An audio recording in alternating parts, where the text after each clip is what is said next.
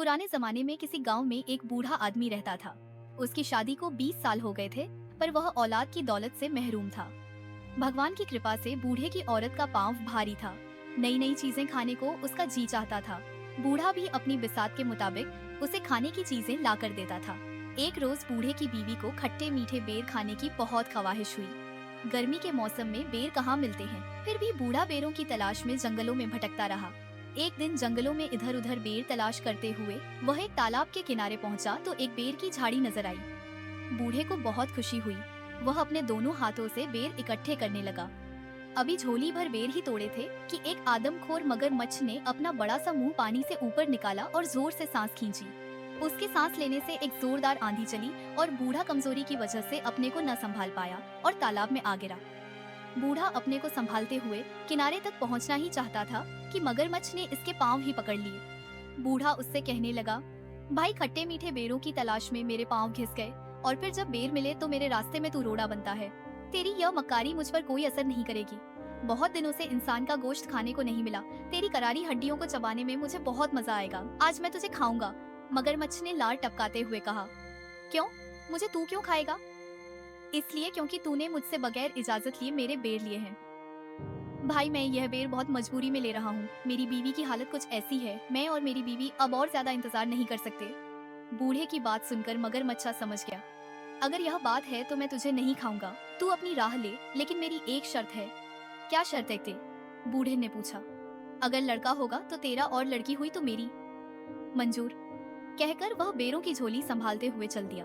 वह अपने दिल में सोचने लगा कि मगरमच्छ उसे फिर कहाँ मिलेगा, और अगर उसके यहाँ लड़का पैदा हुआ तो फिर तो परेशानी की कोई बात ही नहीं। बूढ़ा अपनी बीवी की आव भगत में कोई कमी नहीं करता था। दिन पर लगाकर उड़ते रहे और एक दिन बूढ़े के घर एक खूबसूरत और बहुत तंदुरुस्त लड़की पैदा हुई। बच्ची को देखकर उसे मगरमच्छा की बात याद आई तो वह कांप उठा। लड़की का रंग गुलाब के फूल की तरह था।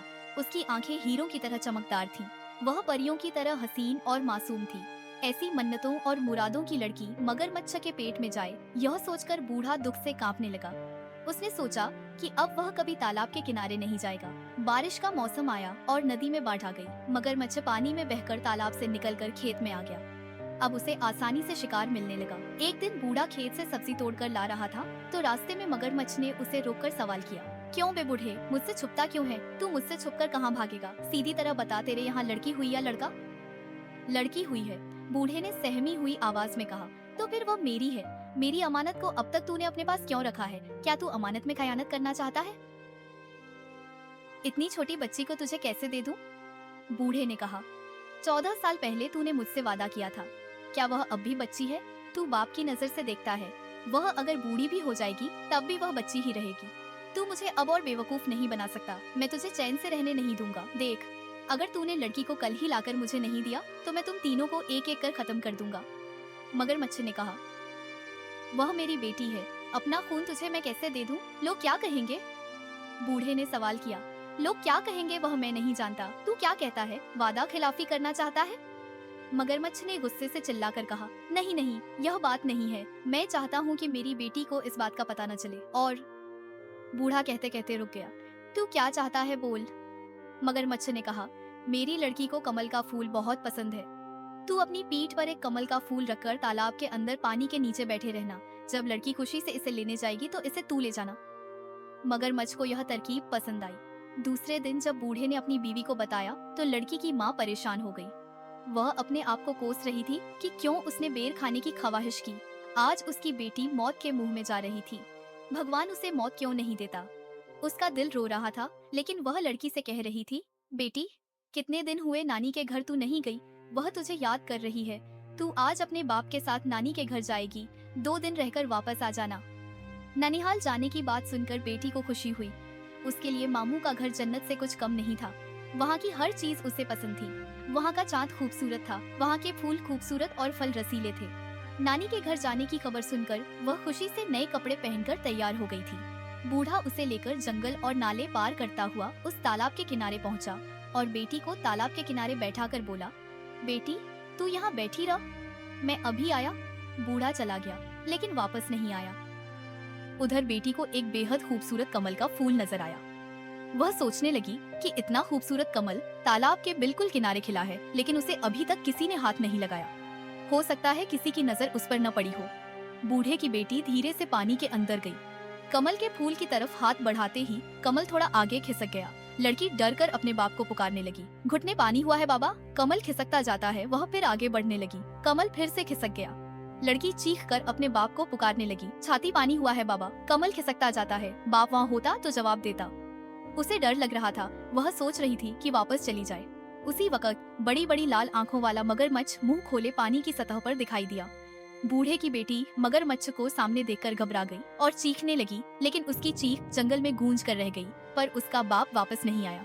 मगरमच्छ उसको अपने बड़े बड़े पंजों में पकड़कर तालाब के दूसरे किनारे एक गुफा के अंदर ले गया और वहाँ लड़की को छोड़कर वापस आ गया। लड़की की मासूमियत और खूबसूरती को देखकर उसे खाने का इरादा इस वक्त उसने छोड़ दिया।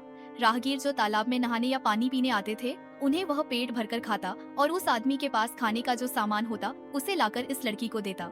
लड़की इस गुफा में पड़ी रहती, पर मगरमच्छ के डर से वह कुछ बोलती नहीं थी। इस तरह दिन गुजरते गए। चारों तरफ इस तालाब का मगरमच्छ आदमखोर के नाम से मशहूर हो गया था। डर के मारे कोई राहगीर इस तालाब की तरफ नहीं आता था। मगरमच्छ भूख से बेकरार होने लगा।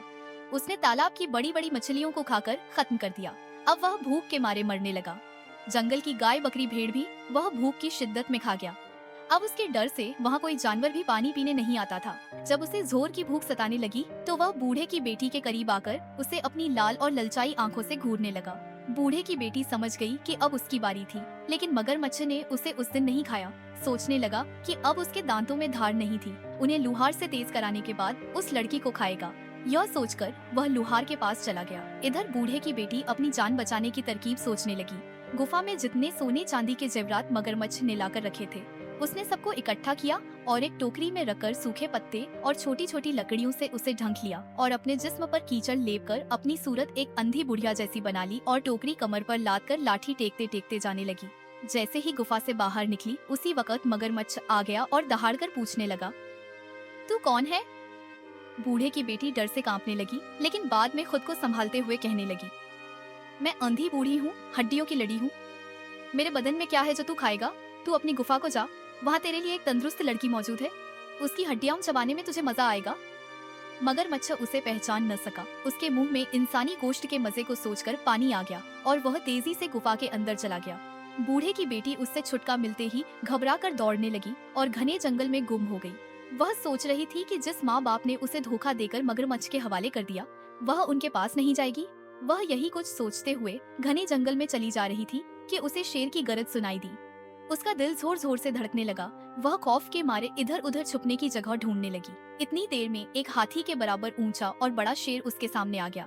डर के मारे वह सामने एक बड़े बरगद के दरख्त के तने से चिपट गई और रो रो कर मजबूरन दरख्त से दरख्वास्त करने लगी, ऐ दरख्त तू फट जा, मैं तुझमें समा जाऊं और तू बंद हो जा। यह सुनते ही दरख्त सचमुच फट गया और वह उसके अंदर चली गई और दरख्त बंद हो गया। एक दिन एक राजकुमार शिकार करने के लिए उसी जंगल में आया।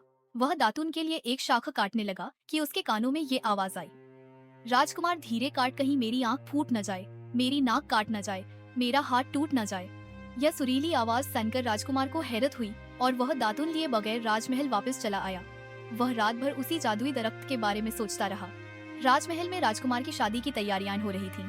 ज्योतिषी और पुरोहित राजकुमार को समझा रहे थे, लेकिन राजकुमार की बस एक ही जिद थी कि वह उसी दरख्त से शादी करेगा। अगर उसकी शादी उस दरख्त से नहीं हुई तो वह अपनी जान दे देगा। राजकुमार राजा की इकलौती औलाद था। उसकी नजर में शादी की अहमियत बेटे की जिंदगी से कम ही थी, इसलिए राजकुमार की ख्वाहिश पूरी की गई। उसी दरख्त के साथ उसकी शादी की रस्म अदा की गई। राजकुमार ने उस दरख्त को वहाँ से उखाड़कर अपने महल के पास बाग में लगवा लिया। बूढ़े की बेटी रात गए दरख्त से निकलती और महल के अंदर जाकर सब काम पूरे करती और सुबह होते ही वापस दरख्त के अंदर चली जाती। एक रोज राजकुमार ने छुपकर बूढ़े की बेटी के ये सब काम देखे। दूसरे दिन जब बूढ़े की बेटी दरख्त से निकलकर महल के अंदर गई तो राजकुमार ने उस दरख्त को आग लगाकर भस्म कर दिया। बूढ़े की बेटी दौड़ती हुई आई और बोली, तुमने यह क्या किया? इस पर राजकुमार ने कहा, इतना बड़ा महल है, तुम इसमें रह सकती हो, इस खूबसूरत बाग में घूम सकती हो, बेवजह इस दरख्त के अंधेरे में क्यों सड़ती रहती हो? और फिर मैं तुमसे बेइंतहा मोहब्बत करता हूँ, मैंने तुम्हें अपनी रानी बना लिया है, मैं तुम्हारे बिना जी ना सकूंगा। लड़की तो सिर्फ मोहब्बत की भूखी थी। लड़की को लगा कि जैसे सारे जहाँ की खुशी उसे मिल गई हो। उस दिन के बाद दोनों राजमहल में हंसी खुशी रहने लगे।